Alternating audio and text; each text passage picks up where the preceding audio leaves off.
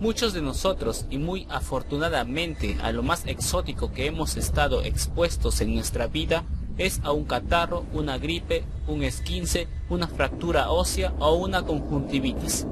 Desgraciadamente, en el mundo hay muchísimas personas que sufren las llamadas enfermedades raras.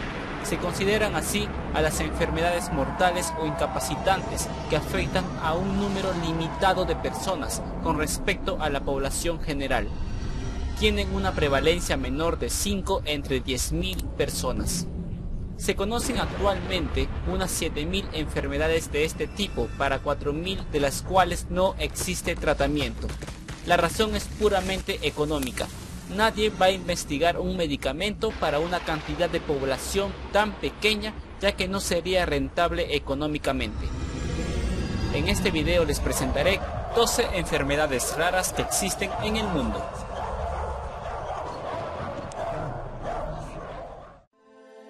Descrito en 1923, el síndrome de Capgras o delirio de Social es un trastorno psiquiátrico que consiste en la no identificación de personas familiares, afirmando diferencias imaginarias y creyendo que las personas reales han sido reemplazadas por un doble, un impostor casi idéntico. Es un reconocimiento sin sensación de familiaridad. Es típico de este síndrome que el cónyuge o el hijo del enfermo induzca un reconocimiento parcial, pero insuficiente para estar convencido de su identidad real.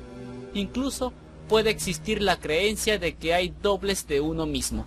Normalmente este síndrome es parte de una psicosis. El insomnio familiar fatal es una enfermedad hereditaria extremadamente rara que pertenece al grupo de patologías conocidas como encefalopatías espongiformes transmisibles. Produce una degeneración del sistema nervioso que se manifiesta por una alteración severa del ritmo circadiano, acompañada de ataxia de severidad progresiva, así como de hipertermia, sudoración y trastornos endocrinológicos. El insomnio deteriora progresivamente la salud de aquel que la padece hasta hacerle entrar en coma y provocarle la muerte. Fue descrito por primera vez en el año 1986 en una familia italiana de la región del Véneto. Afecta a ambos sexos y normalmente aparece en la edad adulta, aunque se han descrito casos de aparición infantil y juvenil. Hasta la fecha hay identificadas en España unas 20 familias afectadas. La manifestación principal es el insomnio progresivo e intratable. El paciente es incapaz de conciliar el sueño, aunque quiere hacerlo. Cierra los ojos e intenta adormecerse. Las alucinaciones y las crisis respiratorias le devuelven a un estado de vigilia. Las funciones cognitivas se van alterando irreversiblemente, con trastornos en la atención y la memoria, depresión y alteraciones de conducta, por la que en épocas pasadas estos pacientes eran considerados dementes. La enfermedad también origina alteraciones endocrinológicas que se deben a la pérdida del ritmo circadiano y a la secreción de ciertas hormonas como melanina, prolactina y hormona del crecimiento, además de aumento de la secreción del cortisol, la hormona del estrés. Como sucede con tantas otras enfermedades raras, no existe actualmente un tratamiento que pueda curar o controlar el insomnio familiar fatal.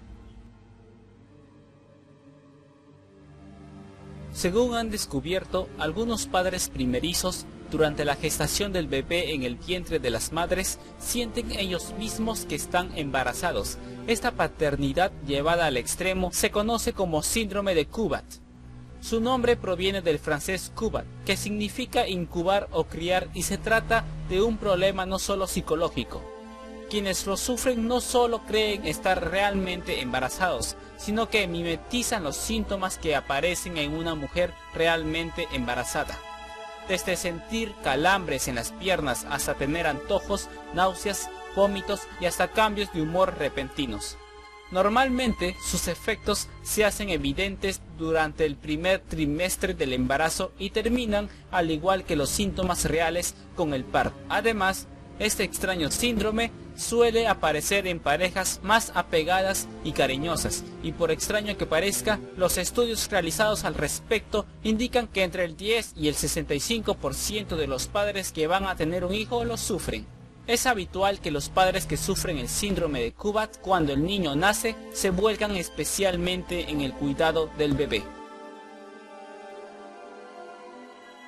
Se trata de una enfermedad rara que afecta a una persona de cada 200.000, cuya principal manifestación clínica es que los enfermos que la padecen desprenden un fuerte olor a pescado podrido, fenómeno que se acentúa al transpirar y al ingerir alimentos ricos en colina.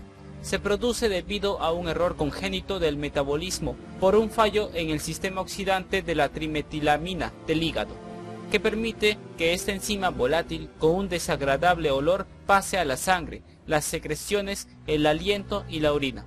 La enfermedad también se conoce como enzimopatía trimetitaminemia o trimetitaminuria. El único tratamiento de este raro síndrome, de momento, es un control en la dieta, evitando todos los alimentos que contengan trimetilamina. Los yogures y los zumos minimizan el mal olor. Una docena de turistas japoneses al año tienen que ser repatriados de la capital francesa después de ser víctimas del síndrome de París. Se trata de un trastorno identificado hace 20 años por el psiquiatra Hiroaki Ota, que aparece cuando un nipón que viaja a la capital francesa observa fuertes contrastes entre sus expectativas y la realidad parisina y sufre una crisis nerviosa. Los educados turistas japoneses que llegan a la ciudad son incapaces de separar la visión idealizada de la ciudad creada a partir de películas como Amélie de la realidad de una moderna y bulliciosa metrópolis y del rudo carácter de los franceses, a veces bastante groseros. La embajada japonesa tiene una línea telefónica disponible las 24 horas para los turistas que padezcan de este severo shock cultural, y pueden ofrecerles tratamiento hospitalario de emergencia si es necesario. El 23 de agosto de 1973, en la ciudad sueca de Estocolmo, tuvo lugar un atraco con rehenes. Un presidiario entró en el banco Kreditbanken, en el centro de la ciudad. Al ser alertado la policía, 2 oficiales llegaron de forma casi inmediata. El atracador hirió a uno de ellos y mandó al segundo sentarse y cantar. El delincuente había tomado 4 rehenes y exigió 3 millones de coronas suecas, un vehículo y 2 armas. El gobierno se vio obligado a colaborar y le concedió el llevar allí a un amigo del delincuente. Así comenzaron las negociaciones entre atracador y policía. Ante la sorpresa de todos, una de las rehenes, Kristin Enmark, no solo mostraba su miedo a una actuación policial que acabara en tragedia, sino que llegó a resistirse a la idea de un posible rescate. Según decía, se sentía más segura allí. Tras 6 días de retención y amenazas del secuestrador, de cuyo lado se puso la propia Enmark, la policía decidió actuar y cuando comenzaron a gasearles, los delincuentes se rindieron. Nadie resultó herido. Los delincuentes fueron condenados y sentenciados, aunque más tarde se retiraron los cargos contra uno de ellos, que volverá a delinquir más adelante. El otro, en cambio, tras cumplir 10 años de prisión, saldría totalmente rehabilitado y manteniendo una legión de fans. Durante todo el proceso judicial, los secuestrados se mostraron reticentes a testificar contra los que habían sido sus captores, y aún hoy manifiestan que se sentían más aterrados por la policía que por los ladrones que les retuvieron durante casi una semana. El criminólogo Nils Bejerot acuñó poco después el término síndrome de Estocolmo para referirse a rehenes que sienten este tipo de identificación con sus captores. El propio Bejerot expone que este síndrome es más común en personas que han sido víctimas de algún tipo de abuso, como rehenes, miembros de sectas, niños abusados psíquicamente, víctimas de incesto o prisioneros de guerra o campos de concentración. La cooperación entre el rehén y víctima y el autor se debe en gran parte a que ambos comparten el objetivo común de salir ilesos del incidente. El nulo control sobre la situación por parte del secuestrado le lleva, al parecer, a intentar cumplir los deseos de sus captores, que por otro lado se presentan como los únicos que pueden evitar una trágica escalada de los hechos. De esta manera se produce una identificación de la víctima con las motivaciones del autor del delito y un agradecimiento al captor que en ocasiones lleva a situaciones extremas. Un día vi cómo los libros de mi hermana se volvían más grandes y cómo mi padre se hacía tan pequeño como un muñeco. Siento que mi cuerpo crece y crece hasta que parece ocupar toda la habitación. Son algunas de las sensaciones que caracterizan al síndrome de Alicia en el País de las Maravillas, que suele afectar a niños y adultos con migraña. Los pacientes que sufren este síndrome perciben alteraciones en la forma, tamaño y situación espacial de los objetos, así como distorsión de la imagen corporal y del transcurso del tiempo. También se han asociado otras ilusiones visuales como palinopsia, acromatopsia y prosopagnosia. Según los expertos, las personas afectadas por el síndrome de Alicia en el País de las Maravillas son en todo momento conscientes de la naturaleza ilusoria de sus percepciones. Sin embargo, estas son lo suficientemente intensas como para que tengan que mirarse en un espejo para comprobar su talla. Aunque las pruebas diagnósticas aún no han permitido identificar ningún área cerebral específicamente afectada, los resultados de los estudios realizados en pacientes en su fase aguda mediante tomografía computarizada revelan áreas de hipoperfusión en las proximidades del tracto visual y córtex asociado, lo que podría explicar las quejas visuales de los pacientes. Los científicos sospechan que Charles Ludwig Dodson, conocido bajo el seudónimo de Lewis Carroll y afectado por migrañas, pudo sufrir el síndrome, de forma que las experiencias de la joven Alicia fueran bien conocidas por su creador. Si después de comer en un restaurante chino ha sentido dolor de cabeza, ataques de asma, urticaria, palpitaciones o calambres, es posible que usted haya sido víctima del llamado síndrome del restaurante chino. El causante de este cuadro clínico, cuya existencia real es cuestionada por muchos médicos, podría ser el glutamato monosódico o GMS, un aditivo potenciador del que se abusa en los restaurantes chinos. También llamado E621, el GMS además puede encontrarse añadido comercialmente, aunque en cantidades menores, en mayonesas, mostazas, salsa de tomate, aceitunas, pasteles, vegetales, jamón y otros fiambres. El síndrome de Asperger, que padece el carismático Sheldon Cooper de la serie televisiva The Big Bang Theory, es un trastorno que se caracteriza porque el paciente manifiesta intereses limitados o una preocupación inusual y obsesiva con un objeto o un tema en particular, llegando a excluir otras actividades y temas de conversación. Las personas que lo padecen suelen tener una inteligencia normal o ligeramente por encima de la media, pero muestran rutinas o rituales repetitivos, así como una tendencia a hablar de manera demasiado formal o monótona, y a interpretar figuras retóricas e ironías de manera literal. A veces su lenguaje corporal es inexistente. También exhiben un comportamiento social y emocionalmente inadecuado, y se muestran incapaces de interactuar exitosamente con los demás.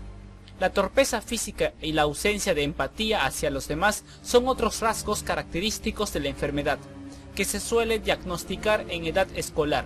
Se estima que en torno a 3 de cada 1000 niños podría padecer este trastorno, que es más frecuente en varones y se clasifica como un trastorno del espectro autista.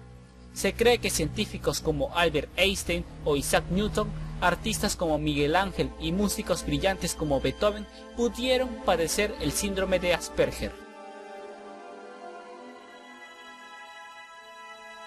El síndrome de Gourmand es un síndrome raro y curioso que produce en el paciente un irrefrenable deseo de comprar o cocinar alimentos exquisitos y platos muy sofisticados. La enfermedad fue descrita por primera vez por los investigadores M. Regard y T. Landis en 1997 en la revista Neurology. Según un reciente estudio realizado en Suiza, este trastorno de alimentación está causado por una lesión que afecta a ciertas zonas del hemisferio cerebral derecho. Aunque en principio es una enfermedad benigna, puede causar cierto distrés, o sea, estrés negativo, además de afectar seriamente al bolsillo. ¿Se te olvida con frecuencia dónde dejaste las llaves o dónde aparcaste el coche? ¿Te cuesta recordar los nombres de las personas con las que te relacionas? Es posible que sufras el síndrome de la vida ocupada. Así han denominado los investigadores del CPS Research, un centro de investigación de Glasgow, en Escocia, al problema de desmemoria y falta de concentración que padecen muchas personas como consecuencia de un estilo de vida frenético, con múltiples ocupaciones en el hogar o el trabajo y el bombardeo incesante de información procedente de teléfonos móviles, televisión, radio, internet, etc.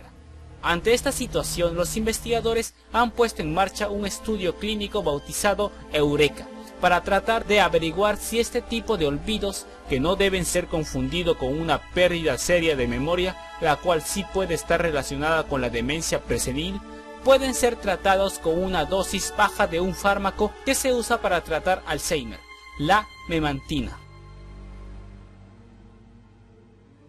Un estrés físico o emocional intenso, como la pérdida de un ser querido o una fuerte discusión, puede rompernos literalmente el corazón. El síndrome del corazón roto o cardiomiopatía de Takotsubo presenta síntomas similares a los de un ataque cardíaco, como dolor en pecho y dificultad para respirar, pero normalmente es temporal, no deja secuelas y no afecta a las arterias coronarias como un infarto, sino al músculo cardíaco. ¿Pero qué lo provoca? Según un estudio publicado a mediados del 2009 en la revista American Journal of Cardiology, el trastorno parece deberse a un aumento en el nivel de hormonas relacionadas al estrés, como la adrenalina. Las arterias no se ocluyen, sino que es el músculo cardíaco el que se resiente y debilita, hasta el punto de que el ventrículo izquierdo adquiere una forma cónica. Se estima que entre un 1 y un 2% de los sujetos diagnosticados de un ataque cardíaco sufren en realidad este síndrome. Los expertos tratan de entender el proceso de la enfermedad para ayudar a desarrollar tratamientos más efectivos y estrategias a corto y largo plazo. En otras cosas, se ha descubierto que a diferencia de los ataques cardíacos que suelen ocurrir en invierno, el síndrome del corazón roto suele darse en los meses de primavera y verano. En un 75% de los casos ocurre después de sufrir un estrés intenso, como un accidente de tráfico, una discusión, la muerte de un ser querido, entre otros. Y el síndrome es más habitual en mujeres, en especial si ya han pasado la menopausia.